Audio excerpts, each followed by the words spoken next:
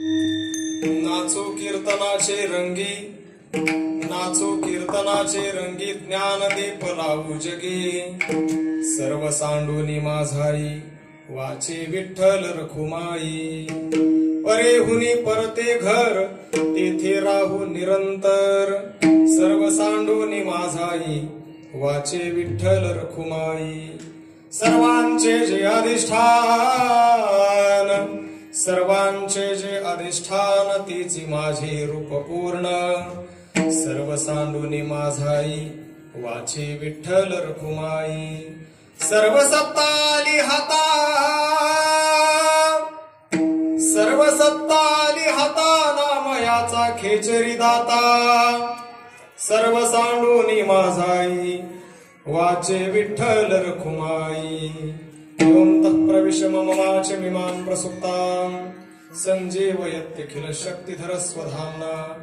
अन्यांश्च हस्तचरणश्रवणत्वगादीन् प्राणान् नमो भगवते पुरुषाय तुभ्यम्। पंढरीच्या देवराया, पंढरीच्या देवराया, पंढरीच्या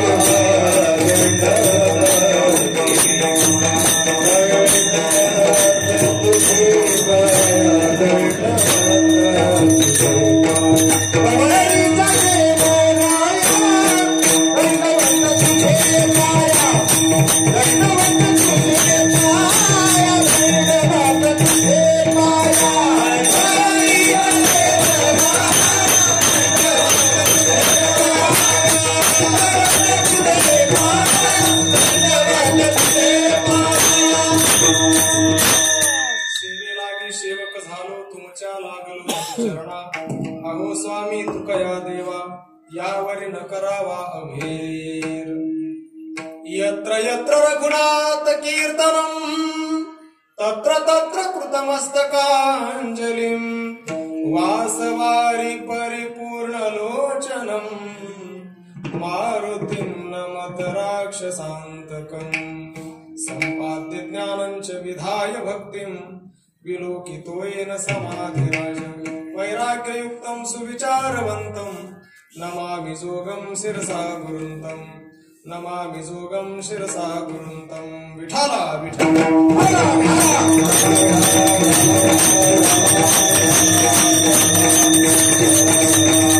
नाचो कीर्तनाचे रंगी, ज्ञानदीप लावू जगी। सर्व सांडूनी माझाई, वाचे विठ्ठल रखुमाई।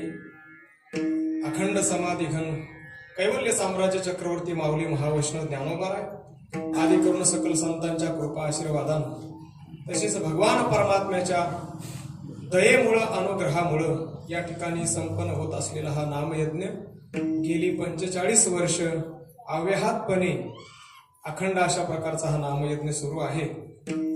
मला वाटते कोरोना काळात देखील छोट्या का होईना स्वरूपात यज्ञामध्ये आहुती पडलेली असेल, म्हणजे कोणत्याही प्रकारचा खंड नसताना अखंड अशा प्रकारचा हा नामयज्ञ या ठिकाणी संपन्न होत आहे।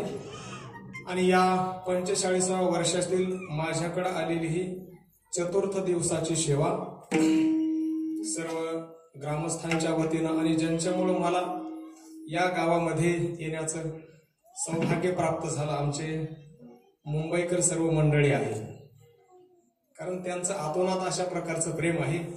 आमचे हसे बाबा आहे, त्यांच्या नावातच हास्य आहे, म्हणून ते बोलले तरी पुढचा मनुष्य आनंदी होतो। विठ्ठला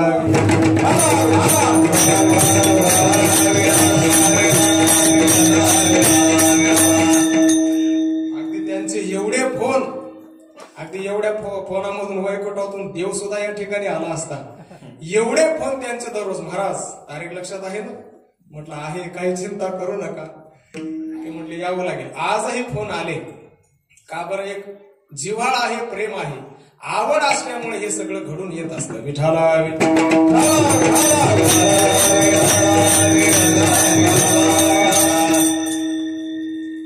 आपली कीर्तन कीर्तनाची वेळ 7 ते 9 याप्रमाणे आहे. आपण वेळेमध्ये सेवा करण्याचा प्रयत्न करणार आहोत. सेवेकरता उपस्थित अगदी जित गंधर्व गात गाणी जसं ज्ञानोबाराय वर्णन करतात त्याप्रमाणे आमचे समाधान महाराज असतील, गोपाळ महाराज असतील, दोन्ही इंद्र मृदंग वादक हा इंद्राप्रमाणे आपल्याच भागातलं भूषण आमचे राहुल महाराज असतील आणि याच गावचं भूषण आमचे विनोद महाराज अगदी आळंदीमध्ये राहत असताना त्यांच्यासोबत मी वैष्णव सदनला काही दिवस होतो. विठाला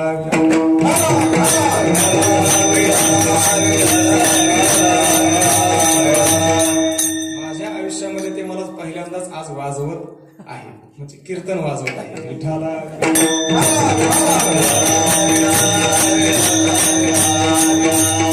जमलेले सर्व श्रोते सज्जन मायबाप, सेवेकरता निवडलेला अभंग भक्त शिरोमणी या संप्रदायाच्या कलशस्थानी शोभणारे वैराग्य राजर्ष जगद्गुरु श्री तुकोबाराय यांचा पूर्व अवतार भगवंताचे लढीवाळ भक्त नामदेवरायांचा अभंग आपल्या समोर 5 चरणाचा अभंग म्हणून दाखवलेला आहे. महाराज या अभंगातून प्रतिज्ञा करतात. विठाला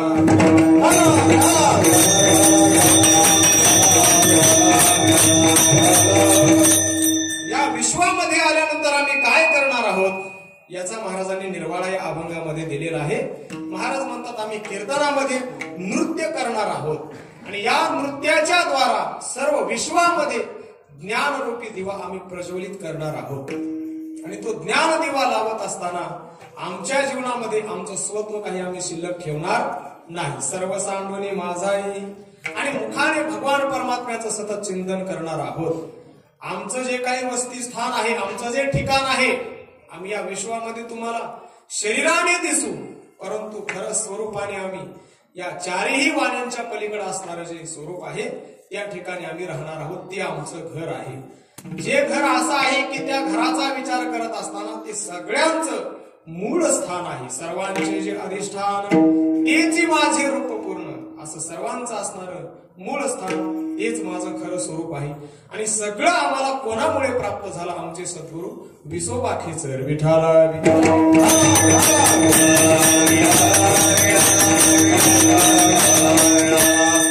अभंगाचा थोडक्यात भावार्थ संपलेला आहे. कीर्तन संपलं. आता घरी गेलं तरी चालेल ना? चला नामदेवरायांचा अभंग आहे. महाराज या अभंगातून प्रतिज्ञा करतात. कारण या विश्वामध्ये प्रतिज्ञा करणारे बरेचसे वर्ग आहेत. सगळेजण प्रतिज्ञा करतात. मग कोणाची काही प्रतिज्ञा असेल, कोणाची काही प्रतिज्ञा असेल. प्रपंचातील देखील माणसं प्रतिज्ञा करतात. मी हे करूनच दाखवीन. तो म्हणतो नाही लाथ मारेन तिथं पाणी काढी. पण तेच वाक्य जर वय झाल्यानंतर म्हणायला लावलं तर मग मात्र सगळं फाउंडेशन हालत असतं. मग तो म्हणू शकत नाही. या प्रतिज्ञा करण्याचं काही ठराविक वय आहे. त्याच वयामध्ये प्रतिज्ञा केल्या जातात. वय एकदा संपल्यानंतर मग त्याची प्रतिज्ञा कामाला येत नाही. प्रापंचिक माणसं ही प्रतिज्ञा करतात की माझा हा प्रपंच अगदी मांडवावर जावा, सगळा पसरावा, मांडव खाली यावा, त्याच्यावर मी बसावा, अशी सामान्य माणसाची प्रतिज्ञा असते. या प्रतिज्ञा करून त्याच्यामध्ये काही फल प्राप्त होत नाही. शेवटी त्याच्या हाताला निराशाच येते. अगदी काही त्याच्या हाताला लागत नाही. अगदी अतृप्तच तो राहतो. त्याचं जीवन कृतकृत्य होत नाही. मग जीवनामध्ये काही प्रतिज्ञा आहेत. काय प्रतिज्ञा करावी? आपल्या जीवनामध्ये 5 प्रकारच्या प्रतिज्ञा कराव्यात. 5 आपल्याला प्राप्त व्हावेत. काय प्राप्त व्हावेत? 4 सांगितले. एक धर्म आहे, दुसरा अर्थ आहे, तिसरा काम आहे आणि चौथा मोक्ष आहे आणि 5वा आहे तो मुक्ती भक्ती. विठाला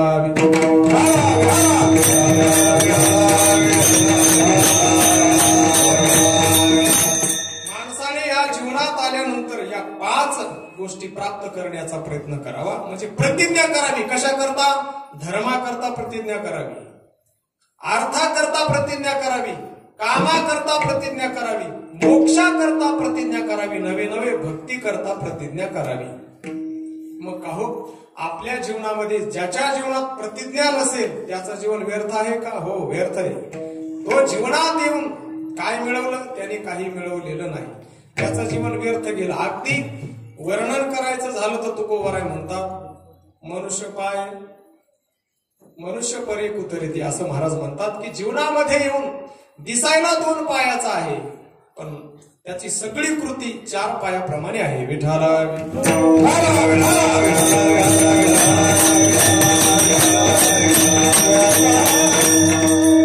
मग अशा प्रकारचं जीवन ज्यांचं व्यर्थ आहे त्यांना महाराज म्हणतात की तुम्ही माणसं नाही. कारण माणसाची व्याख्या करत असताना काय म्हटलेलं आहे की जो 2 पायाचा असतो त्याला माणूस म्हणतात, ज्याला 2 हात असतात त्याला माणूस म्हणतात, अशी व्याख्या आहे का? कारण काही जगामध्ये असे आहेत दिसतानी 2 पायाचे दिसतात कृती 4 पायाचे जे करतात तीच कृती हे करतात. मग यांना मनुष्य म्हणता येईल का? नाही म्हणता येईल. कारण मनुष्याच्या जीवनामध्ये ज्याने या इहलोकामध्ये आल्यानंतर काहीतरी पुरुषार्थ केलेला आहे त्याचं जीवनच धन्य आहे, इतरांचं जीवन धन्य नाही.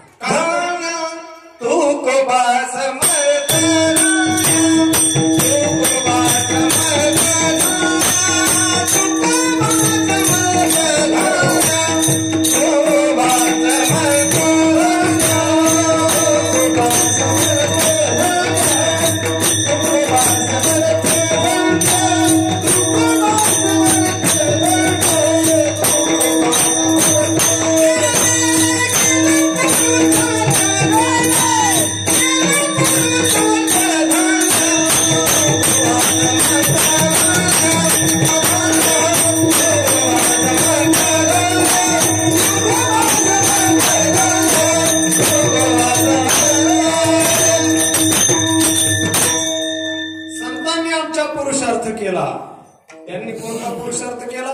त्यांच्या जीवनामध्ये पंचम जो पुरुषार्थ आहे भक्ती नावाचा पुरुषार्थ केला. धर्म नावाचा पुरुषार्थ करायला पाहिजे. मग धर्म कशाला म्हणतात हेच आपल्याला नाही कळत. धर्म म्हणजे काय? आपण धर्म हा शब्द जातीकडे नेतो, कधी कधी धर्म हा शब्द वर्णाकडे नेतो. पण धर्म शब्दाचा व्याख्या करत असताना संत सांगतात की आपल्या जीवनामध्ये भगवान परमात्म्याचं किती अनुष्ठान करायला घडतं आपल्याकडून त्याला म्हणतात धर्म. निज धर्म हा चोखडा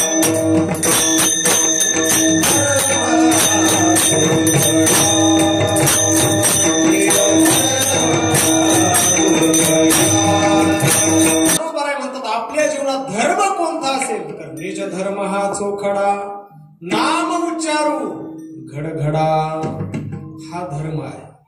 हा धर्म करत असताना हा जर धर्म केला तर खरा पुरुषार्थ आहे. नाहीतर मनुष्य जीवनामध्ये येऊन काही माणसं आपलं जीवन व्यर्थ अशा प्रकारचं घालवतात. नाथ महाराज एक दिवस स्नानाला निघाले आणि स्नानाला जात असताना प्रसंग असा घडला की माता माऊली कोणीतरी त्या बैलगाडीतून खाली उतरले. आता ब्राह्मण शरीर म्हटल्यानंतर त्रिकाल संध्या करावी लागते.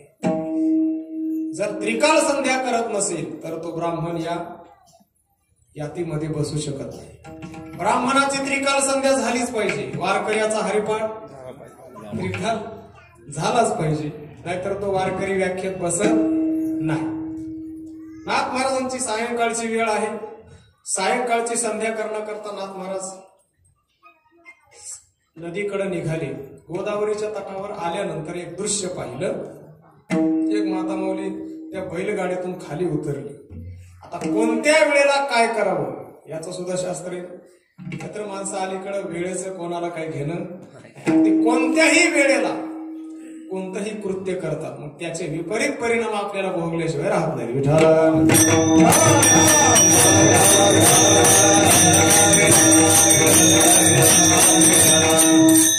आणि मग सायंकाळची वेळ आहे आणि तिच्या खांद्यावर ते काय म्हणतात त्याला, बोला बोला काय खांद्याला काय अडकवतात माता माऊली? त्याला आम्ही धोपटी म्हणतो. धोपटीत जसं सगळं साहित्य असतं. कोणाच्या धोपटी कोणाकडे असते? हा बोला, तुम्ही बोलले तर मला बोलता येईल. तशी धोपटी तिच्या त्या खांद्याला अडकवलेली होती. सगळं साहित्य होतं मध्ये, आरसा कंगवा काय असेल ते सगळं साहित्य. आणि आता ही वेळ आहे, सायंकाळची वेळ आहे आणि अशा वेळेला काही हे कृत्य करण्याची म्हणजे कोणत्याच त्या नियमामध्ये बसत नाही। हे कृत्य नाथ महाराजांनी पाहिलं। अरे देहाकरता एवढी सजावट चाललेली आहे, ज्या परमात्म्याने हे शरीर दिलं त्याच्याकरता काही नाही, सगळं शरीराकरता चाललं का नाही? आज आपण जर निरीक्षण केलं तर प्रत्येक मनुष्य स्वतःला सजवण्यासाठी त्याचे प्रयत्न चाललेले आहेत। का बरं? वरून सजावट चालली, आतमध्ये काही विचार नाही। विठाला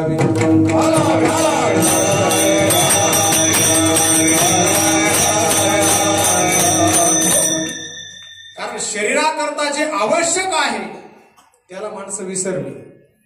शरीराकरता जो आहार महत्वाचा आहे तो आहार घेत नाही। कारण जिथून मूळ, ज्याला बेसमेंट म्हणतो, पाया म्हणतो ज्याला आपण, त्याच्यापासून पुढे सगळं जीवन घडत असतं। आहार शुद्धो सत्वशुद्धी, सत्वशुद्धो ध्रुवा स्मृती, श्रुतीमध्ये वचन आलेलं आहे। ज्याचा आहार शुद्ध आहे त्याची बुद्धी सुद्धा तेवढ्याच तोला मोलाची बनत असते। सत्वशुद्धो ध्रुवा स्मृती, ज्याची बुद्धी चांगली बनली त्याचं जीवन घडल्याशिवाय राहत नाही। मग साहजिकच आहे, ज्याचा आहार शुद्ध आहे त्याचं जीवन उंच शिखरापर्यंत गेल्याशिवाय राहत नाही। मग आपण म्हणतो आमचे मुलं का एवढे शिकत नाही? त्याच्या ध्यानात राहत नाही, स्मरणशक्ती नाही। का? आहार शुद्ध नाही ना। विठाला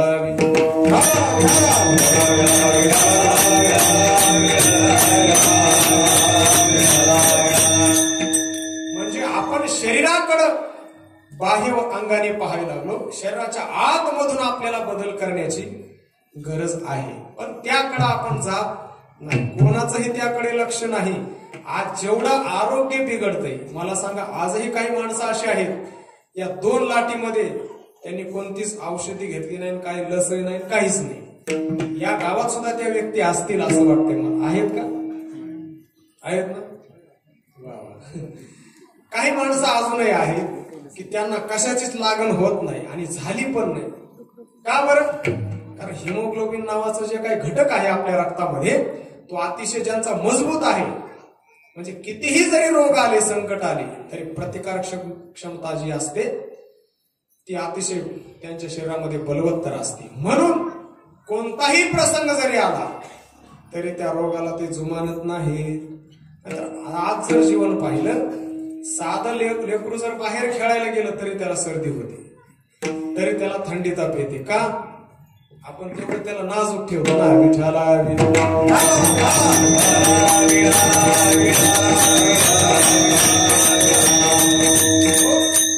जेवढं आपण त्या आहारावर लक्ष देऊ तेवढं त्या बाळाचं जीवन घडल्याशिवाय राहणार नाही। समर्थ रामदास स्वामींच्या आश्रमाचा एक नियम होता, ज्यावेळेस समर्थ त्यांच्या आश्रमामध्ये विद्यार्थ्यांना घ्यायचे, घेत असताना,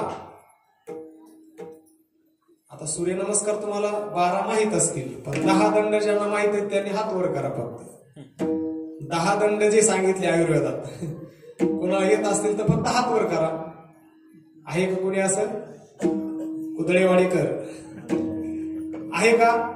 नाही ना? या मग आमच्याकडे शिकवतो तुम्हाला। विठाला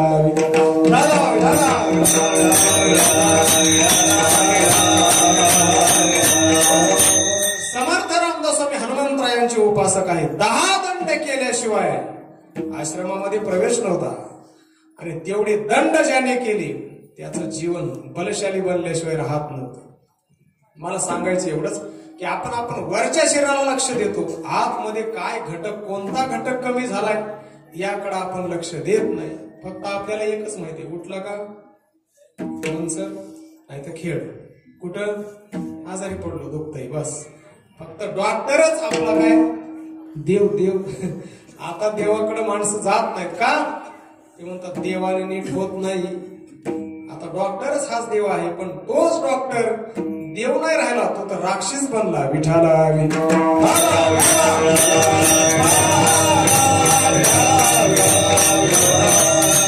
नाथ महाराजांनी त्या स्त्रीकडे पाहिलं, पाहिल्यानंतर अरे अरे अरे काय जीवन आहे म्हटले, वरवर सगळं जीवन चाललेलं आहे, आतमध्ये काही बदल केला नाही।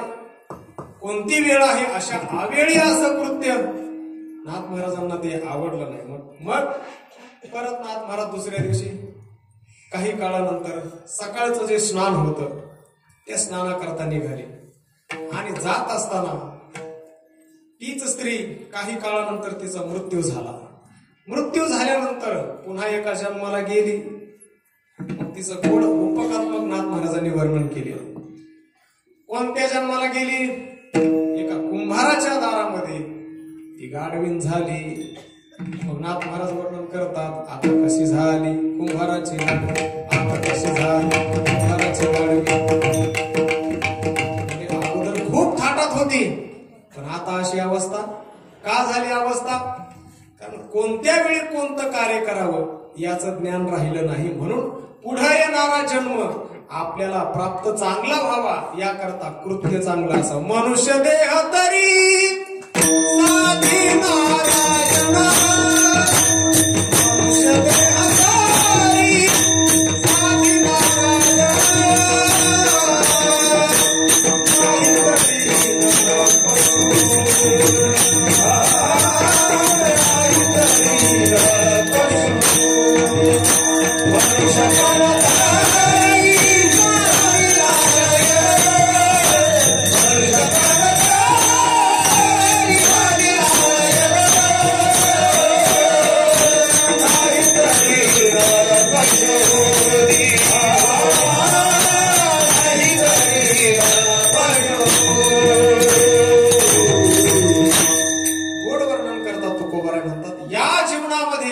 परमात्म्याचं जर भजन केलं नाही, चिंतन केलं नाही तर पुढचा जन्म आपल्याला चार पायाचा ठरलेला आहे.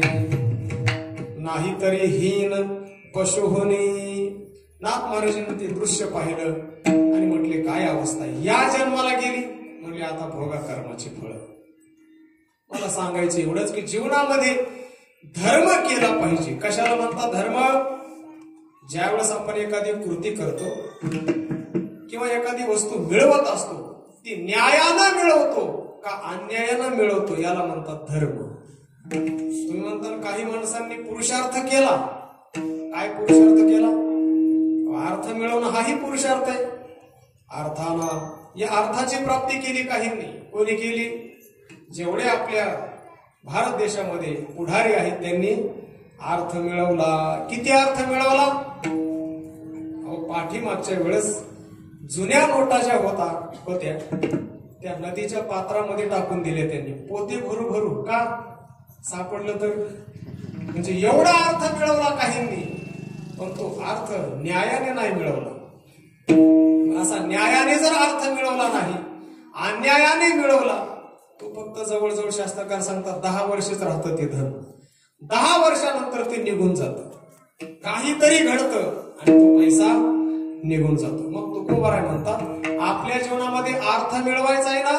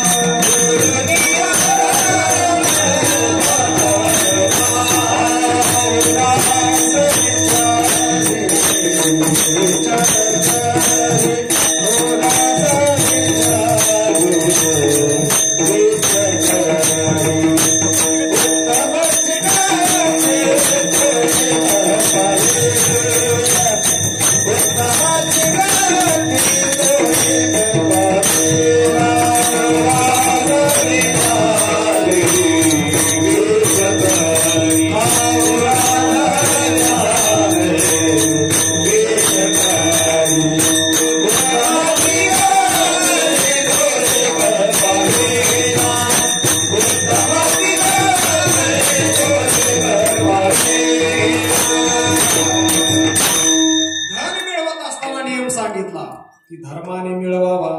जोडून या धन उत्तम व्यवहारी, उदास विचारे वेच करी. आज जर आपण चित्र पाहिलं तर आपल्याला 40 लिटर दुधामध्ये 80 लिटर कसं वाढवता येतं? आता आहे तो एवढं केमिकल त्याच्यात टाकलं जातं राम राम. त्याच्यामुळे दूध घेऊस वाटत नाही, पण घ्यावं लागतं. विठाला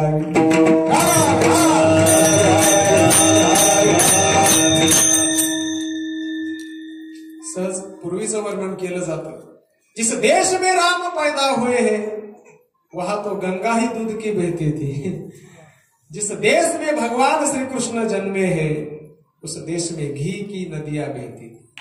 उस देश में हम तुम पैदा हुए और मिलावट की सब हो गई. प्रभू रामचंद्र ज्यावेळेस जन्माला आले दुधाच्या नद्या वाहत होत्या असं वर्णन आलेलं आहे. भगवान श्रीकृष्ण अवताराला आले तुपाच्या नद्या वाहत होत्या. पण आता सगळी मिलावट हो गई.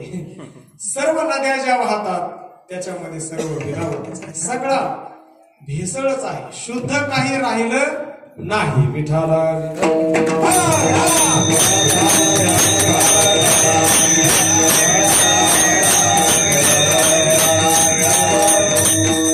अर्थ पुरुषार्थ काहींनी केला पण तो धर्मानं केला नाही, म्हणून त्या अर्थाला कोणत्याच प्रकारची किंमत नाही. आणि अर्थ मिळवत असताना जो अन्यायाने मिळवला जातो त्याच्यामध्ये अधिक कष्ट असतात. अर्थानामर्जने क्लेश तथैव परिपालने आये दुःखम व्यये दुःखम धिगर्थान क्लेशकारिणः पंचदशिकार वर्णन करतात. तो अन्यायाचा अर्थ मिळवत असताना त्याला कष्टच होतात. त्याचा सांभाळ करतानाही कष्ट आहे. कधी धाड पडेल ईडीची. म्हणून एक गोष्ट वाचली मी. एक आई आपल्या मुलाचं भविष्य पाहत होती. प्रत्येक मातेला वाटतं की माझा मुलगा राजबिंडा झाला पाहिजे, पण आता त्याचं कर्म असं तो राजबिंडा नाही होत, रामधोंडा होतो. प्रत्येक मातेला वाटतं माझा मुलगा मोठा झाला पाहिजे. सहज एक वाक्य आलं. एक आई म्हटली माझ्या मुलाला आता मी आमदार नाही करणार. म्हटली मग काय करणार? ईडीचा एखादा अधिकारी करणार. का? कोणतीच भीती नाही ना. विठाला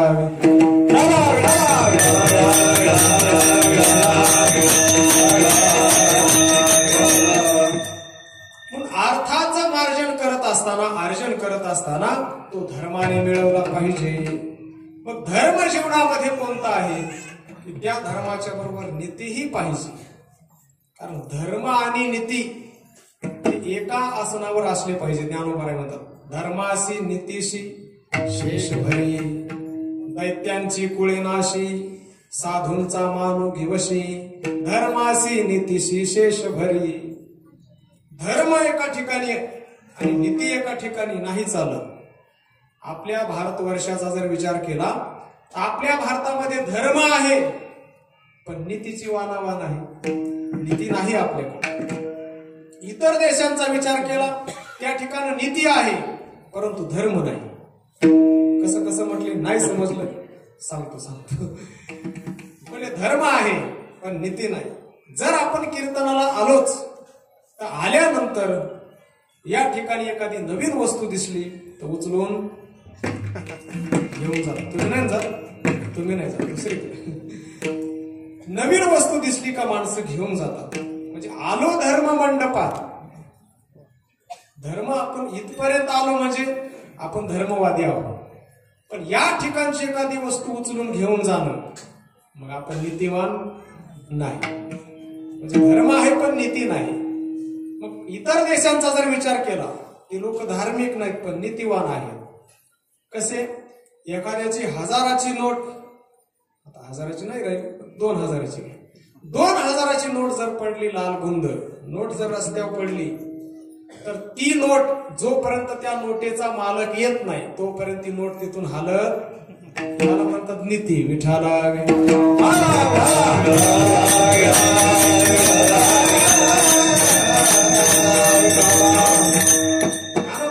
धर्माबरोबर नीतीही पाहिजे आणि नीती बरोबर धर्मही पाहिजे. धर्माशिवाय नीती विधवा आहे आणि नीतीशिवाय धर्म विधुर आहे. दोन्हीही एका आसनावर पाहिजे. मग असा जो धर्म आहे या धर्माने अर्थ जर मिळवला तर तो अर्थ सुखाला कारण होईल. मग तो अर्थ पुरुषार्थ होईल. मग काही म्हटले नाही आम्ही धर्म करणार नाही अर्थही करणार नाही फक्त कामाचा अर्जन करू, सगळ्या आम्हाला वस्तू प्राप्त व्हाव्यात, याला म्हणतात काम. इदम्यश्यात इदम्यश्यात इतिच्छा काम शब्दिता. हे असावं, हे असावं, हे असावं. कुठपर्यंत? जोपर्यंत चौघाच्या खांद्यावर जात नाही तोपर्यंत. आणि मनुष्य जसा वृद्ध होतो तशा त्याच्या इच्छा वाढत जातात. कोण जाणे काय त्यानुसार म्हणतात, ते तर इच्छा हे कुमारी झाली, मग ते कामाची तारुण्य आली, ते तर द्वेषेशी मांडली वराडिक. इच्छा कधी संपत नाही, एवढी वाढत जाते. किती वाढत जाते सांगू? तैसी तृष्णा वाढी नलिया, मेरू ही हाता आलिया, तरी मने एखाद्या दारुणा उडगो. त्यानुसार म्हणतात, एखाद्याला सोन्याचा पर्वत प्राप्त झाला. कोणता? आपल्या इकडचे डोंगर नाही, मेरू पर्वत सगळ्यात उंच मेरू पर्वत आहे, आणि तो सोन्याचा मेरू पर्वत मिळाला. आता एवढं सोनं मिळाल्यानंतर आता काही गरज आहे का? कशाची आवश्यकता नाही. तो म्हणतो मेरू पर्वत, पण बाकीच्यांच्या घराने सोनं नाही काय, ते सोनं माझं आहे का? याला म्हणतात इच्छा. विठाला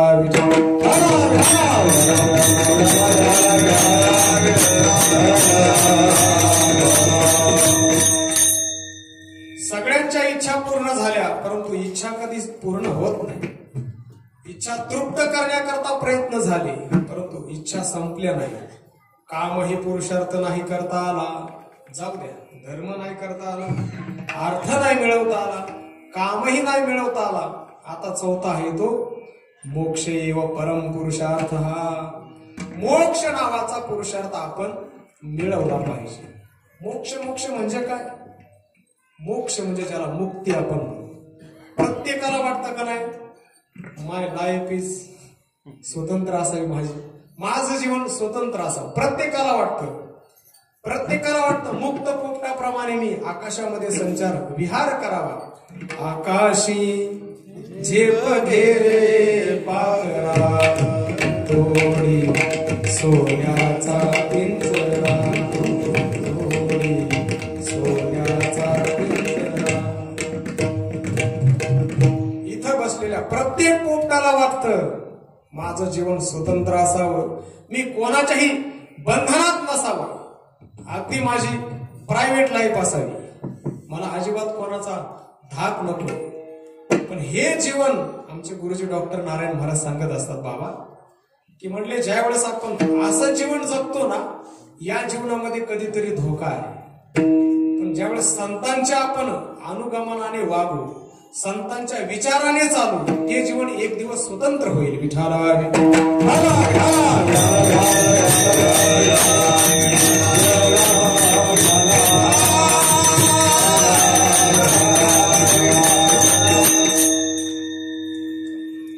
ब्रह्मीभूत राजेश्वरानंद फार मोठे रामायणकार होऊन गेले. त्यांनी सहज एक उदाहरण दिलं की मनुष्याचं जीवन, कारण एक वृद्ध जीवन आहे आणि एक तरुण जीवन आहे, या दोन जीवनाची सांगड कशी घालावी त्यांनी फार गोड दृष्टांत दिलेला आहे. ते म्हणतात की या दोन्ही जीवनामध्ये आपण जर हे जीवन पाहिलं, एक वृद्ध जीवन आहे आणि एक तरुण जीवन आहे. मग काय झालं, एका घराला आग लागली आणि घराला आग लागल्यानंतर वृद्ध त्या ठिकाणाहून लवकर जाऊ शकत नाही, परंतु वृद्धाकडे नजर आहे का, अनेक वर्षाचा अनुभव आहे. तरुणाकडे पाय चांगले आहेत, शक्ती आहे, पण नजर नाही. नजर म्हणजे योग्य वेळी काय निर्णय घ्यावा याची नजर लवकर तरुणाकडे येऊ शकत नाही. मग ज्या वेळेस घराला आग लागली, आता तिथून जायचंय, पण कोणत्या दिशेला जायचंय याचं ज्ञान वृद्धाला आहे. मग काय करावं, या तरुणाने त्या वृद्धाला आपल्या खांद्यावर घ्यावं आणि मग तो रस्ता दाखवील त्यानुसार चालावं. विठाला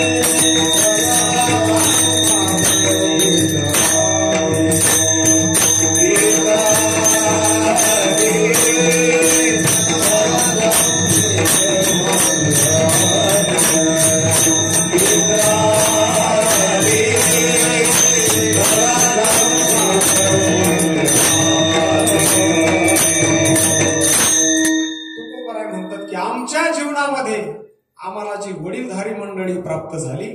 महाजनोगतः येन सहा पंथः, म्हणजे वृद्ध आपल्या जीवनामध्ये रस्ता दाखवतील, चालण्याचं काम आपलं आहे. मला सांगायचं एवढंच की जीवनामध्ये ज्याच्या इच्छा असतील त्या इच्छा पूर्ण करत असताना त्या पाठीमाग एक वडीलधारे जे असतील त्यांचा आदर्श घ्यावा. मग ज्याला वाटतं मुक्त व्हावं त्याने आपल्या जीवनामध्ये श्रेष्ठ जे असतील त्यांचं अनुगमन करावं. त्यांच्या पाठीमागे गेला तर एक दिवस मुक्त व्हाल. परंतु इतरांच्या पाठीमागे गेला, नवे नवे स्वच्छंदी जीवन झालं, ज्याला स्वैर जीवन आपण म्हणतो, त्या जीवनात कुठेतरी हानी आहे. म्हणून प्रत्येकाच्या जीवनात वाटतं मला मुक्ती हवी. मग कोणापासून मुक्ती हवी? तो घरात कोणीच नसावं. आता अलीकडं थोडस डेव्हलप झालं फारच. मुलगी देताना त्या मुलाला आई वडील नसावे, बरोबर आहे ना? हा, मग मुलांनी विचारायला पाहिजे मुलीला आई वडील. याला म्हणायला लागली माणसं स्वतंत्र जीवन. पण या जीवनातून पुढे येणारी पिढी संस्कारित असेलच सांगता येत नाही. आपण पुण्यासारख्या शहरात गेलो तर आपल्या लक्षात येईल, ज्यावेळेस ही दोघही जोडपं जॉबला जातात, कामाला जातात, आणि ते लहान मूल एखाद्या दाईकडे सांभाळायला देतात. आता त्या दाईचे संस्कार कोणावर होणार? त्या बाळावर. आई त्याची जवळ आहे का? नाही. म्हणून एक पूर्वीचं एक वाक्य आहे, वैकुंठवासी भरत महाराज बरोबर सांगायचे की मुलगा सुरक्षित आईच्या कुशीत, समाज सुरक्षित संतांच्या कुशीत. अशा प्रकारचं त्यांचं वाक्य. म्हणजे मुलगा जर सुरक्षित व्हावा असं वाटत असेल, आई जवळ त्याच्या राहायला पाहिजे. इतरांजवळ राहिला तर त्याचं जीवन यशस्वी घडू शकत नाही. समाज सुरक्षित संतांच्या कुशीत. म्हणून येणारं जीवन, या जीवनामध्ये स्वतंत्र जीवन अशा प्रकारचं जर जगलं तर त्याच्या जीवनात यशस्वी भव अशा प्रकारचा कोणताही मोबदला त्याला प्राप्त होऊ शकत नाही. विठाला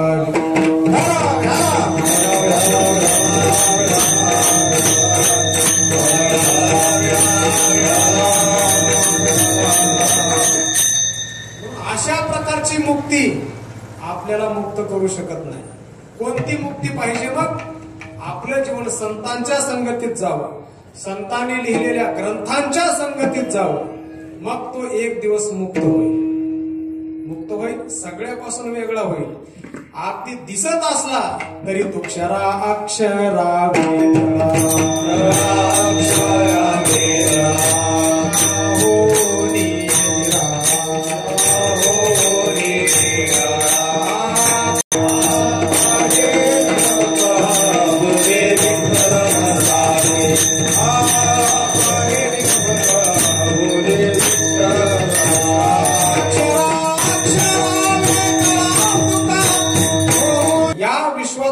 वेगळे होऊ. फक्त मनाने वेगळं व्हायचं, शरीराने वेगळं नाही. मन हे गोविंदी देह काम करी हो. काय त्या गोपिकांची अवस्था आहे. अगदी सगळं कार्य चाललेलं आहे पण मन परमात्म्याकडे आहे. दुडीवरी दुडी गवळणी साते गवळणी गोरस गवळणी गोरस म्हणून विसरली दुडीवरी दुडी गवळणी साते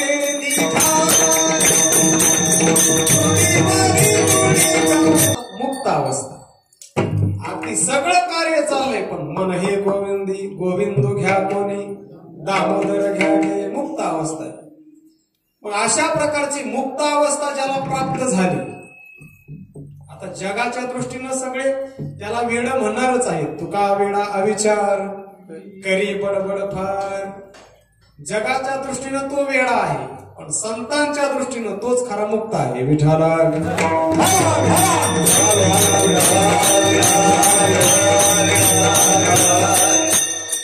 असा मोक्ष नावाचा पुरुषार्थ आपल्या जीवनात प्राप्त व्हावा, त्याचं जीवन कृतार्थ आहे. मग मुक्त होणारे दोन वर्ग आहेत. एक आहे क्रममुक्ती आणि एक आहे सद्यमुक्ती. सद्यमुक्ती संत मुक्तच आहेत. आपल्याकरता त्यांची सगळी चाललेली कृती असते. आपल्याकरता ते जन्माला येतात.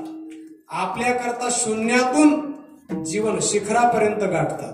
कोणाकरता? आपल्याकरता. त्यांना वास्तविक काही घेणं नाही. काम नाही, काम नाही, अशा प्रकारे ज्यांची अवस्था आहे. पण आपल्याकरता ते मुक्त झाल्यासारखं दाखवतात. ही असणारी सत्यमुक्ती आहे. दुसरी आहे क्रममुक्ती. क्रमाने जाणं.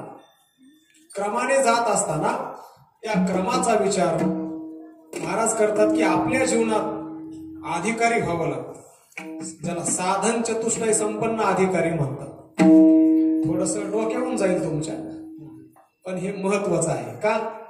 कारण ज्यावेळेस आई आपल्या बाळाला औषध पाजत असते, औषध पाजत असताना आईला वाटतं का माझ्या बाळाला हे औषध कडू लागेल आणि त्याला खूप त्रास होईल? आईचा हा उद्देश नाही. त्याचा आजार बरा व्हावा म्हणून औषध देते. विठाला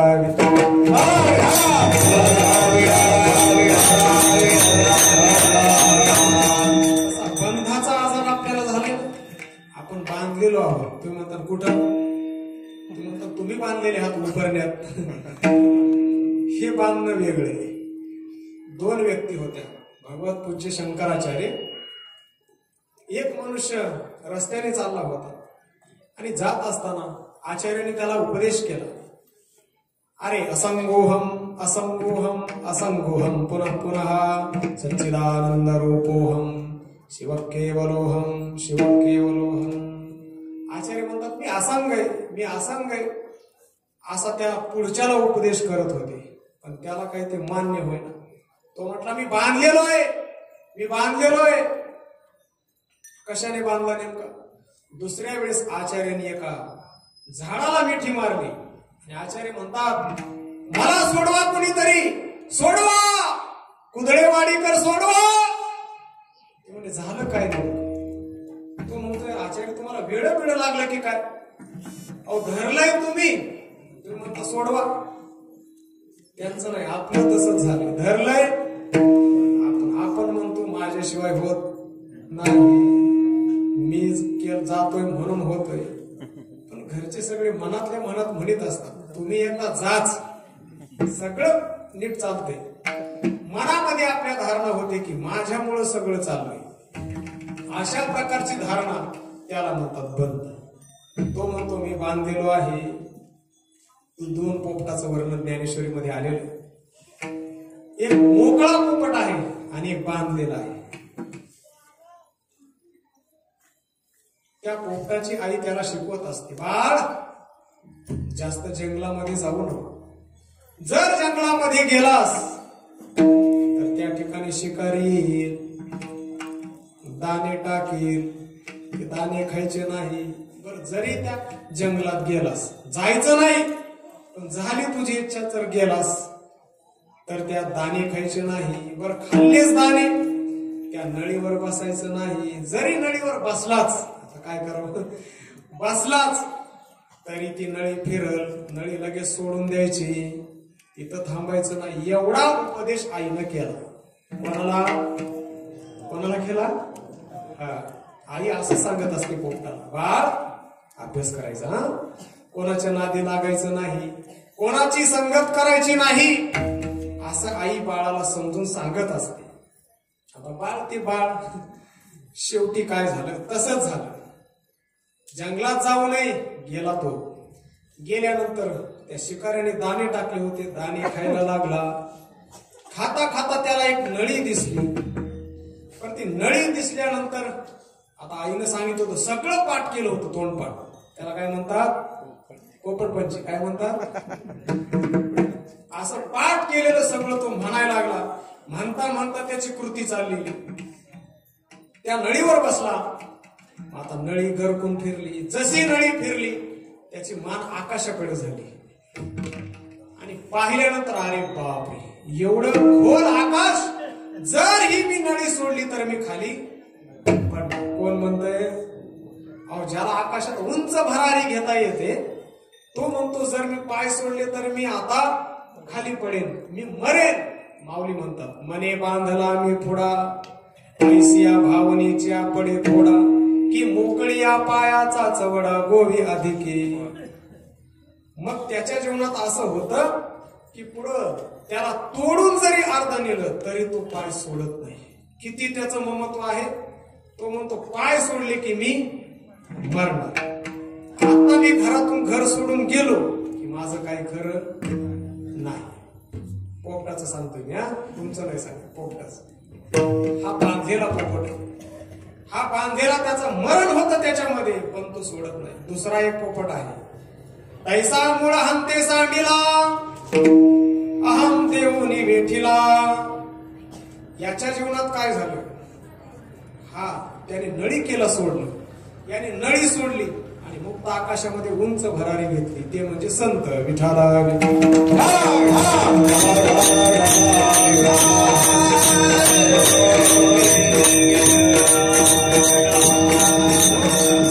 अशी क्रममुक्ती ज्यांना सांगितलेली आहे त्या क्रममुक्तीचा विचार या अभंगामधून नामदेवराय करतात की आमच्या जीवनामध्ये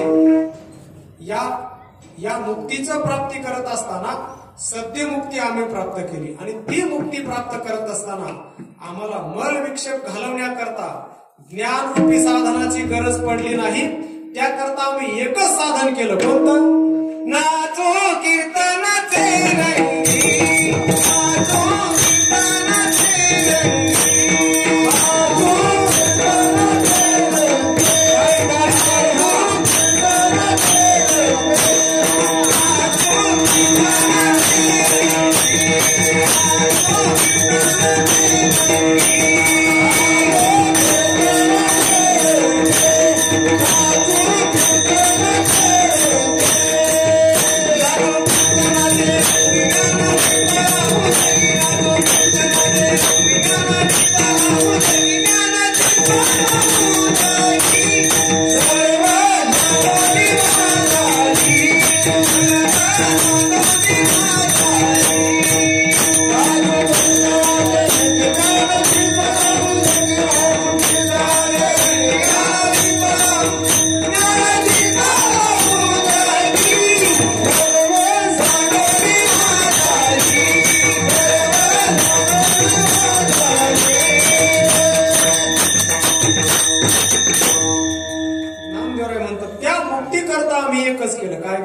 नाचू कीर्तनाचे रंगी, ज्ञानदीप लावू जगी.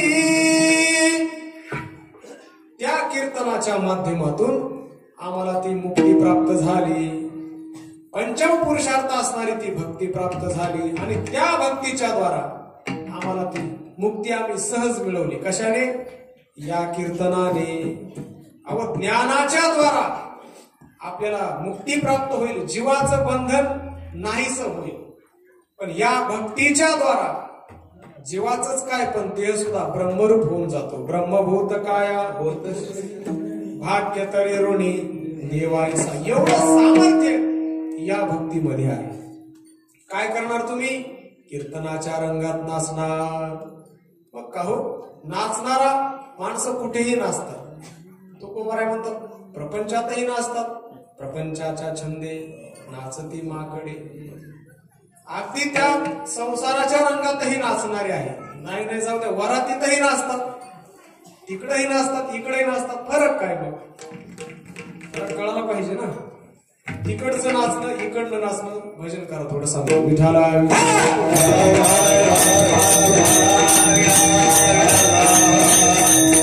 तिकडं जर माणसं नाचले तर ते अधोगतीला जातील, नरकाला जातील. इकडं नाचले तर वैकुंठाला जातील. सहज एक मनुष्य सासरवाडीला निघालेला आहे. असारे खलु संसारे सारम ही श्वशुर मंदिरम. का असा श्लोक आलेला आहे. ते म्हणले सगळ्या प्रपंचामध्ये सार काय असेल तर श्वशुर मंदिरम. सासरवाडीच काय सार? का म्हणले सगळ्या देवता सासरवाडीतच राहतात. भगवान विष्णू कुठं राहतात? कुठं राहतात? समुद्रात. समुद्र कोण आहे? देवाचा सासरा आहे. आणि भगवान शंकर कुठं राहतात? हिमालयात. पर्वतराज. पर्वतराज कोण आहे? देवाचे सासरे. तसं हा श्लोक तयार झाला. ते म्हणजे देवच राहतो सासरवाडीत, मग आम्हाला राहायला काय हरकत आहे. पण जो सासरवाडीत राहिले ते पुन्हा पुन्हा काही कालानंतर मग बैलाच्या खालची वागणूक त्यांना प्राप्त होते. का? अति परिचयात आवडले. मग याला वाटलं आता सासरवाडीला जावं, निघाला. आता पूर्वीचा काळ आहे. जात असताना नेमका आता जसा पाऊस पडतोय तसाच पाऊस पडायला लागला. अगदी 12 महिने पाऊस. आता 2-4 दिवसापूर्वी पडून गेला, मला वाटतं कालच पडला असा. बरोबर आहे, पडला पाऊस. रस्ता नीट नाही, बैलगाडीचा रस्ता. दुसऱ्याचे कपडे भाड्याने घेतले, ते कपडे घालून रस्त्याने निघाला.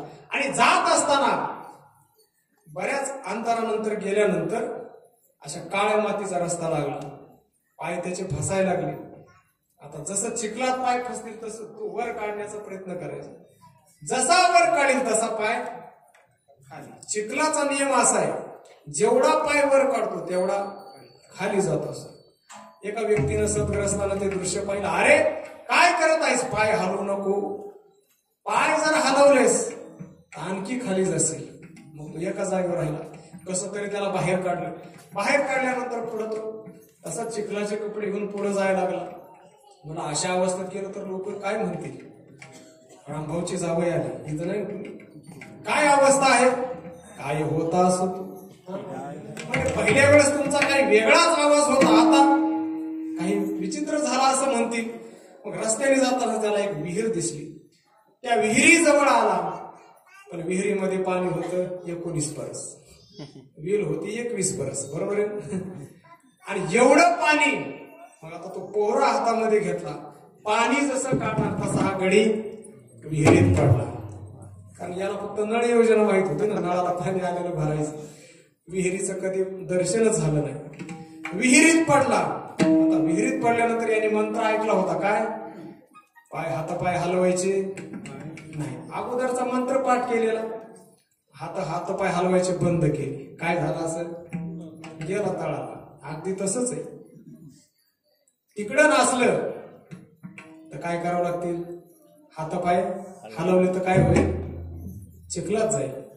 आणि इकडं नाही हातपाय हलवले तर म्हणून इथं नाचू कीर्तनाचे रंगी विठाला.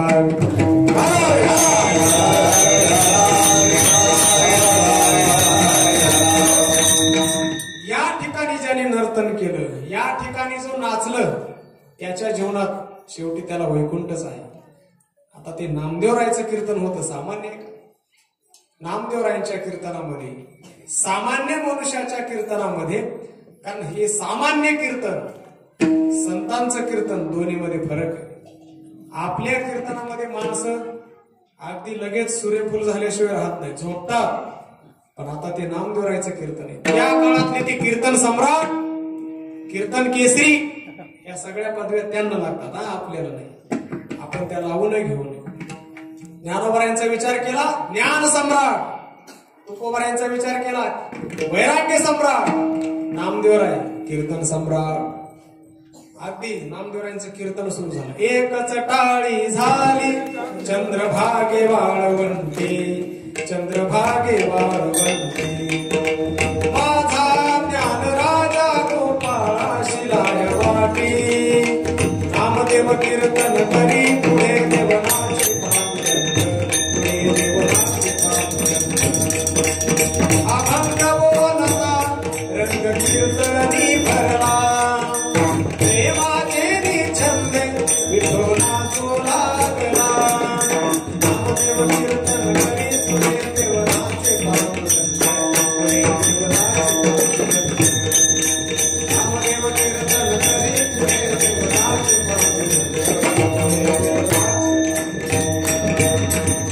रंग भरे कीर्तनात प्रेमे हरिदास. एवढा रंग कीर्तनात भरला की काय सांगावं त्या कीर्तनाची शोभा. मला सगळे अगदी बेधुंद झाले. नवे नवे देवाला राहवलं नाही, परमात्मा लगेच विटेवरून खाली आले आणि नाचायला लागले. एवढे देव नाचायला लागले, काय सांगावं. एका क्षणामध्ये देवाचं सगळं देहभानच विसरलं. आणि मग काय झालं, मग नाचता नाचता नाचता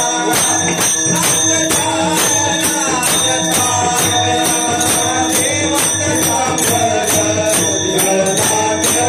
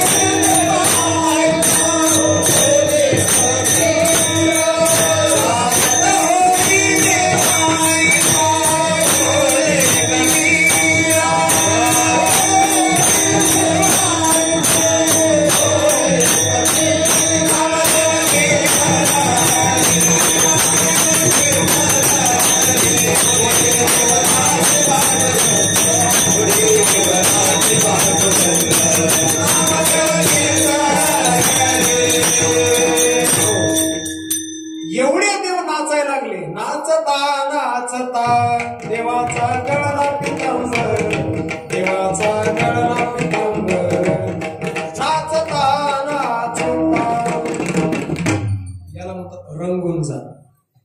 रंगून गेलं पाहिजे, रंगल्याशिवाय खरा आनंद येत नाही. काही जण नाचतात पण रंगत नाही, काही रंगतात पण नाचत नाही. रंगतात माणसं पण क्रिया घडत नाही. आणि नाचत असताना सगळं देहविवर्जित अवस्था व्हावी लागते. जर स्वतःला विसरलं नाही तोपर्यंत देव आपल्या समोर येत नाही. सगळं विसरावं लागतं. आमचे गुरुजी एक दृष्टांत सांगत असतात. एक 20 मिनिटं राहिली आपल्याला. एक मैत्रीण दुसऱ्या मैत्रिणीकडे गेली आणि गेल्यानंतर सहज ती होती टेलर काम करणारी. मग गेल्यानंतर तिने एक त्या ठिकाणी नवीन डिझाईनची ती बटन पाहिली. बटनच म्हणतात ना, काय म्हणतात का, गुंडी काय म्हणतात, बटन. हा, मग ते बटन पाहिल्यानंतर तिला ते आवडलं. पण आता विचारून कसं घ्यावं, एवढीशी छोटीशी वस्तू विचारून कशी घ्यावं म्हणून तिने हळूच ती बटन चोरलं. पण ती बी अशी हुशार होती, तिने तिच्याकडे पाहून न पाहिल्यासारखं केलं. हिने बटन उचललं आणि तिने पाहिलं.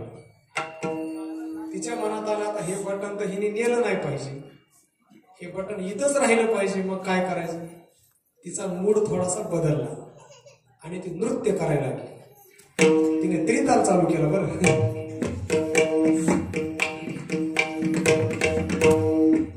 एकपट मध्ये चालला. ही नृत्य करायला लागली. ती म्हणाली मी नाचते ना, तू पण नाचायचं.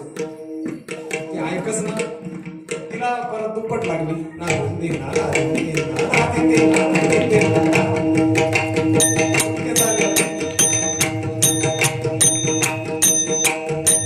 चौपट झाली.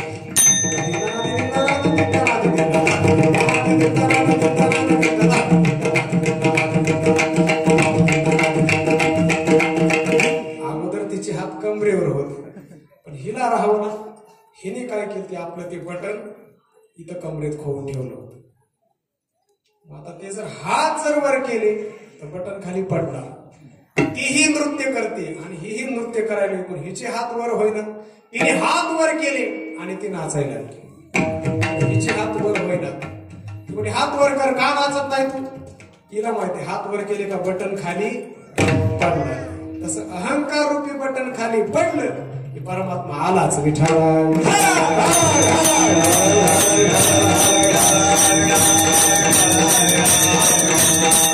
असो ऐसा कोठे आठवची नाही, तेहीच विदेही भोगू दशा. तुकोबराय म्हणतात ज्यावेळेस नृत्य करतोय मग स्वतःला विसरावं लागेल. स्वतःला विसरला का परमात्मा मी देव आहे तोही विसरून जातो. मग तुका म्हणे येथे पिशे येथे तैसे असेल. जिथं तुकोबरायच नृत्य करतात, नामदेवरायच नृत्य करतात, देव नाचणार नाही का, देव नाचेल. पण आपण जर काहीच करत नसू देवही म्हणणार आहे हा मी पण तुमची मजाच बघतो.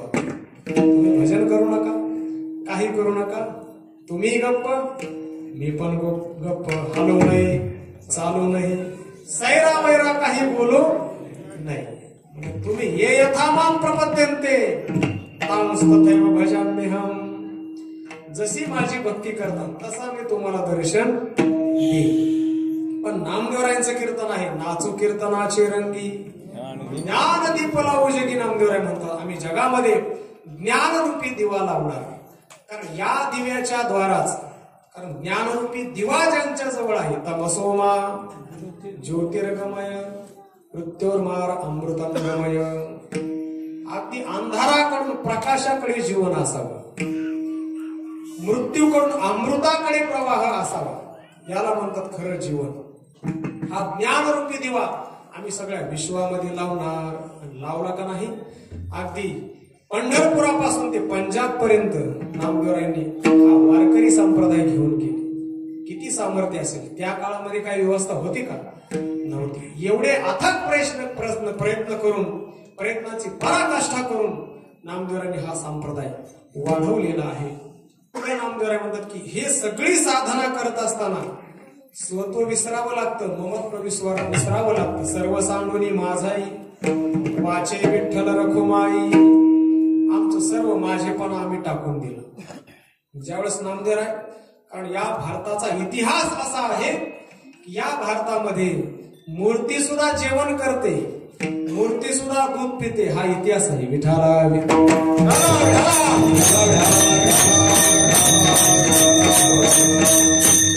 माणसं याला मिरॅकल म्हणून सोडून देतात, आश्चर्य आहे म्हणून सोडून देतात. पण हे आश्चर्य नाही, ही वस्तुस्थिती आहे. It is not a joke. ही वस्तुस्थिती आहे की मूर्तीनं दूध प्यावं. काय सामर्थ्य असेल पहा. सहज नामदेवराय एक दिवस देवाच्या दर्शनाकरा निघाले. आईनं नैवेद्य दिला आणि नैवेद्य देताना सांगितलं, नामा नैवेद्य देवाला भरवून ये. भरवून ये म्हणजे नैवेद्य दाखवून ये असा अर्थ नाही. भरवून ये म्हणजे देवाच्या तोंडाला नैवेद्य लाव आणि माघारी असाही अर्थ नाही. देवाला जीव घालून ये असा अर्थ नामदेवरायांनी घेतला. गेले देवाच्या समोर आणि देवाला म्हणतात, देवा जेवा केशवा माधवा गोपाळ जीव पाहतो कृपाळा पांडुरंगा. विनंती करतात देवा, जेवा ना देवा. कोणाची वाट पाहताय? माझे वडील आले नाहीत म्हणून तुम्ही जेवत नाहीत, तुम्हाला जेवावं लागेल. आता ती दगडाची मूर्ती आहे, काय बोलणार. शेवटी 5 वर्षाचं वय आहे ना. निरागस अशा प्रकारची वृत्ती असताना नामदेवराय विनंती करतात, देवा जेवा. आणि मग देव म्हटले, जेवायचं नाही नामदेवा. नामदेवराय म्हणतात, तुम्ही जेवणार नाही ना देवा, एवढं दूध तरी घ्या. दूध पियो मोरे गोविंद लाला, काला बछडा कपिला गाई, काला बछडा कपिला गाई, दूध दुहावत ना माझ्या. सोने का गडवा दूधने भरिया, पियो नारायण आगे धरिया. दूध पियो मोरे गोविंद लाला.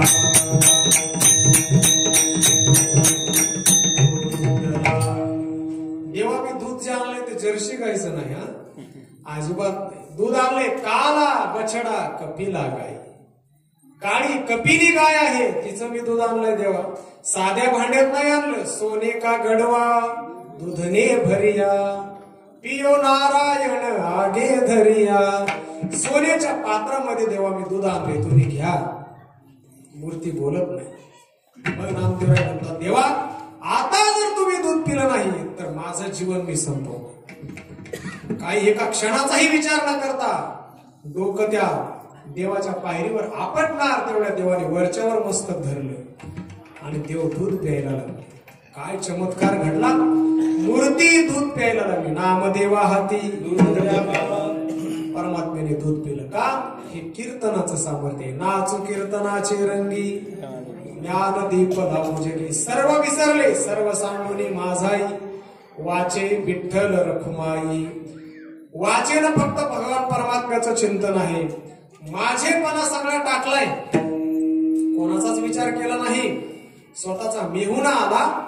नामदेवरांनी राम राम सुद्धा घातला नाही असं चरित्रामध्ये वर्णन आहे. म्हणजे कशाला काही कोणाशी संबंध नाही. फक्त देवासी. देव माझा देव माझा देव माझा मी देवाचा. कृष्ण माझी माता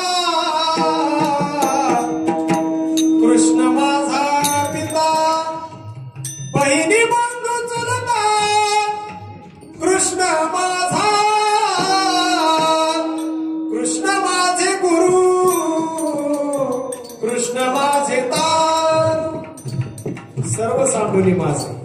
फक्त परमात्म्याचं चिंतन चाललेलं आहे. मग महाराज राहणार तरी कुठं, तुमचं घर कोणतं आहे, पंढरपुरात राहता का? म्हणजे नाही, परे होणे परते घर, येथे राहू निरंतर. परावाणीच्या ही जे पलीकडे आहे, 4 वाण्या सांगितल्या, वैखरी, मध्यमा, पश्चंती आणि परावाणी. या 4 वाणी प्रत्येकाकडे असतात. मनुष्य बोलत असताना आपण वाणीने बोलतो, पण जे वाणीत येणारे शब्द आहेत ते मध्यमेमध्ये तयार होतात आणि ते शब्द पश्चंतीमध्ये काही काळ राहतात आणि मुख्य जे निघतात परावाणीतून सर्व बाहेर येतं. या 4ही वाण्यांच्या पलीकडं आमचं घर आहे. ज्ञानदेवा घर हे त्यांचं घर आहे. निरंजनी आम्ही, असं ज्यांचं घर आहे त्या ठिकाणी आम्ही निरंतर राहणार. मग का हो, त्या ठिकाणी राहत असताना त्या ठिकाणाचं नेमकं नाव काय आहे? अभंगाच्या 4थ्या चरणात सर्वांचे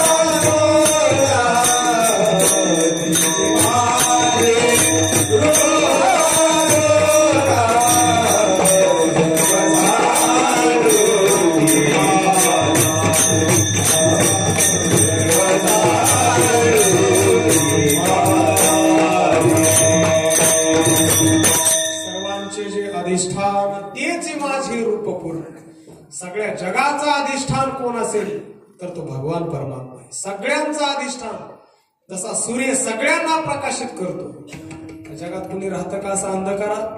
नाही राहत. सगळ्यांच्या अंतःकरणामध्ये सूर्याचं जसं प्रकाशन आहे त्या सूर्याप्रमाणे परमात्मा प्रत्येकाच्या हृदयात आहे. सर्वा घटी राम, घट घट बिच में राम रमैया. प्रत्येक घटामध्ये तो आहे, प्रत्येक अंतःकरणामध्ये तो आहे. म्हणून सर्वांचं जे अधिष्ठान तेची माझे रूपपूर्ण. आता माझ्या व्यतिरिक्त येणारा समोरचा वेगळा दिसत नाही. तुका म्हणे जे जे भेटे ते ते वाटे मी आयशी. काय आत्मभाव जागृत झाला असे. स्वामी विवेकानंद वयाच्या 16व्या वर्षी इसवी सन 1885 मला सांगायचे सर्वांचे जे अधिष्ठान. शेवटचा दृष्टांत सांगतो, शेवा संभव. ज्या वेळेस, कारण प्रत्येक घटना जी घडली ना या भारतवर्षामध्ये, अगदी अल्प वयामध्ये काही व्यक्ती महान झाले. वयाच्या 16व्या वर्षी ज्ञानोबांनी ज्ञानेश्वरी लिहिली. वयाच्या 16व्या वर्षी छत्रपती शिवरायांनी तोरणागड स्वराज्याचं तोरण बांधलं. वयाच्या 16व्या वर्षी. 16वं वर्ष आपल्या दृष्टीनं आपल्याला वाटतं धोक्याचं आहे, पण तसं नाही. 16 वर्ष हे मोठ्याचं. मग या 16व्या वर्षी स्वामी विवेकानंद परप्रांतामध्ये त्या शिकागो धर्म परिषदेमध्ये गेले. गेल्यानंतर तरणा देह आहे, तलवारीसारखं नाक आहे, मस्तकाला मुकुट घातलेला आहे, शेला बांधलेला आहे, भगवे वस्त्रधारी हा तरुण पुरुष त्या धर्म परिषदेमध्ये गेला. आणि गेल्यानंतर आता सगळ्या पाश्चात्य संस्कृतीचे सगळे त्या ठिकाणी तत्ववेत्ते जमलेले होते.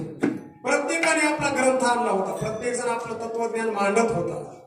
सगळ्यांनी ग्रंथ ठेवले. आता आपला धर्मग्रंथ कोणता आहे? कोणता आहे बाळा, सांगता येईल का?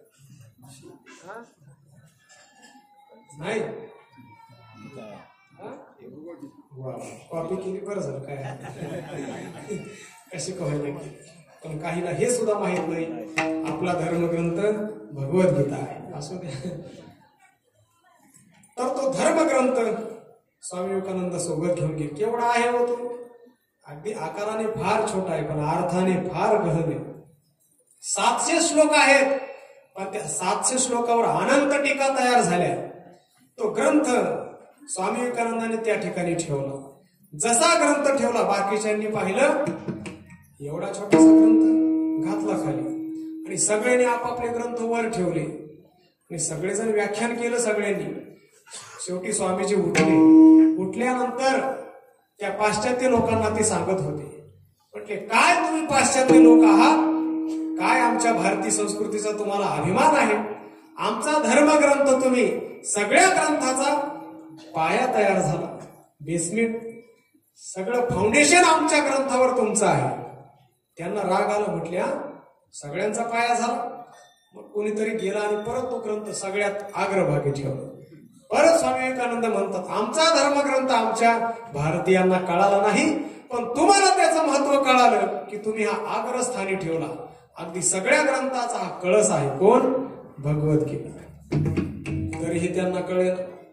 मग त्यांनी तिसऱ्याने परत डोकं लावलं, मध्यभागी ठेवलं. आता तर याला बोलता येणार नाही ना, बघू काय बोलतो हा. परत स्वामीजी म्हटले काय तुमचं उदार मत आहे, तुम्हा सगळ्या पाश्चात्यांना मी धन्यवाद देतो. आमचा ग्रंथ हा आधीही आहे, मध्यही आहे आणि शेवटी सुद्धा कलस्थानी सुद्धा आमचा धर्मग्रंथ महान आहे. एवढंच काय, तुम्ही टाळ्या नाही वाजवल्या पण तिथं 5 मिनिट टाळ्या वाजत होत्या. किती? 5 मिनिट सारख्या टाळ्या चाललेल्या होत्या. म्हटले काय यांचं वाक्य आहे. शेवटचं वाक्य तुम्हाला त्यांचं सांगतो. स्वामीजी म्हणतात येथे जमलेल्या माझ्या बंधू आणि भगिनी. हे वाक्य ऐकल्यानंतर मग कारण बाकीचे म्हटले होते लेडीज अँड जेंटलमॅन, याच्यामध्ये काही प्रेम नाही. माझ्या बंधू आणि भगिनीनं म्हटल्यानंतर टाळ्यांचा कडकडाट झाला. याला म्हणतात सर्वांचे जे अधिष्ठान व अशाच टाळ्या झाल्या तिथं. धन्यवाद. तेचे माझे रूपपूर्ण याला म्हणतात सर्व सत्ता. अगदी सगळ्यांचे मन जिंकून घेतले, प्रत्येकाच्या हृदयाचे ताईत झाले स्वामी विवेकानंद. याला म्हणतात सर्वांचे जे अधिष्ठान तेचे माझे रूपपूर्ण. सगळं प्राप्त झालं हे आमच्या गुरुजींचे आशीर्वाद आहे. आमच्या गुरुजींमुळे सगळं प्राप्त झालं. अभंगाच्या शेवटचं चरण.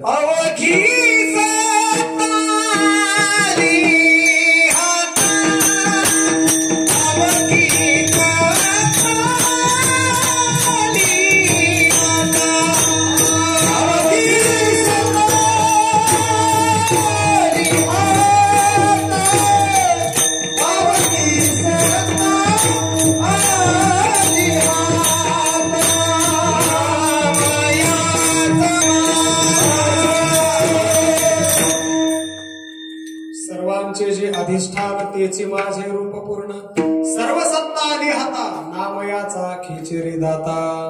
सगळं एवढं आम्हाला जे प्राप्त झालं आमच्या शिवगुरूंच्या मुळे प्राप्त झालं. नामयाचा खिचेरी दाता. विसोबा खेचरांनी आमच्यावर कृपा नसती केली तर आम्हाला इथपर्यंत येता आलं नसतं. म्हणून खरे त्यांचे उपकार आहेत. सर्व सांडूनी माझाई वाचे विठ्ठल रखुमाई. यथामती यथावकाश. अभंगाचा आपण सरळ भावार्थ पाहण्याचा प्रयत्न केलेला आहे. आतापर्यंत मला म्हटलं नाही की टाळी वाजवून भजन करा, विठ्ठल विठ्ठल म्हणा, असं काय म्हटलो नाही. तुम्ही काय टाळी वाजवली? खरे प्रामाणिक श्रोते आहेत. आता मोठ्या प्रेमाने एकदा भजन करू. शिवला पूर्ण विराम. विठोबा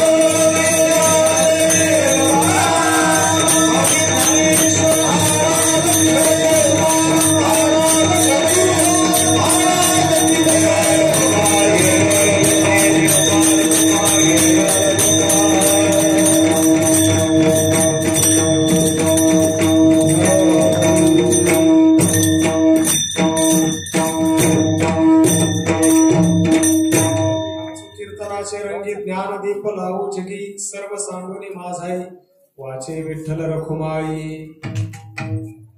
अभंगाला थोडासा स्पर्श करण्याचा प्रयत्न केलेला आहे. यामध्ये जे योग्य असेल ते आमच्या सर्व संस्थेतील गुरुवर्यांचं आहे. स्वानंद सुखनिवासी सद्गुरू जोग महाराज आणि ज्यांच्याकडे मी अध्ययन करतो आमचे सर्व आळंदीचं साधक हृदय सम्राट ज्याला आपण म्हणतो. का बरं, जेवढे विद्यार्थी शिकणारे आहेत सगळ्यांना आधार फक्त आमचे डॉक्टर बाबा आहे. म्हणजे संस्था सुटल्यानंतर नेमकं आता पुढे काय करावं करिअर, त्याकरता मार्ग दाखवणारे आमचे गुरुवरे बाबांच्या चरणी सेवा समर्पित करायची. सर्व श्रोती सज्जन मायबाप, सर्व गायकवृंद, आमचे दोन्ही गुरुबंधू राहुल महाराज असतील, विनोद महाराज, सर्वांच्या चरणी सेवा समर्पित करायचे. जे काही योग्य असेल ते आमच्या सर्व गुरुवर्यांचं आहे. यामध्ये जे काही चुकीचं असेल ते आमच्या अल्पबुद्धीचे दोष आम्हाला परत करा. कारण एवढ्या वेळेत अभंगाचा अर्थ शक्यच नाही एवढं सांगणं, आणि कमी वेळेत जास्त रन काढावे लागतात. सगळं 20-20 चालू आहे सगळीकडे. एका तासात कीर्तन फारच कठीण आहे. मला तर ते होतही नाही. पण असं जसं झाले असेल सेवा ते हनुमंतरायाच्या चरणी समर्पित करायची. ज्यांनी मला निमंत्रण दिलं आमचे हाशे बाबा आणि विनोद, त्यांनी सारखा त्यांचा फोन चालू. म्हटले कुठपर्यंत आले का नाही, तारीख लक्षात आहे का नाही. म्हणजे सारखं स्मरण हे तर आवडीचं प्रतीक आहे. अगदी त्यांचे आणि हे सगळा मुंबईकर परिवार आहे. कारण हा पुणे जिल्हा जो आहे ना, अगदी मावळ असेल, तिकडं भोर तालुका असेल, ही मंडळी त्या ठिकाणाहून गावाला येऊन गावाचा स्वाभिमान यांचा आपल्याला दिसून येतो. नाहीतर असं आहे, जननी जन्मभूमीश्च स्वर्गादपि करीयसी असं वर्णन. आपल्या जन्मभूमीचा आपल्याला स्वाभिमान असला पाहिजे आणि आपल्या मातेचा स्वाभिमान असला पाहिजे. त्याकरता आपण काहीही केलं पाहिजे. का, त्या मातीने आपल्याला जन्म दिलेला आहे.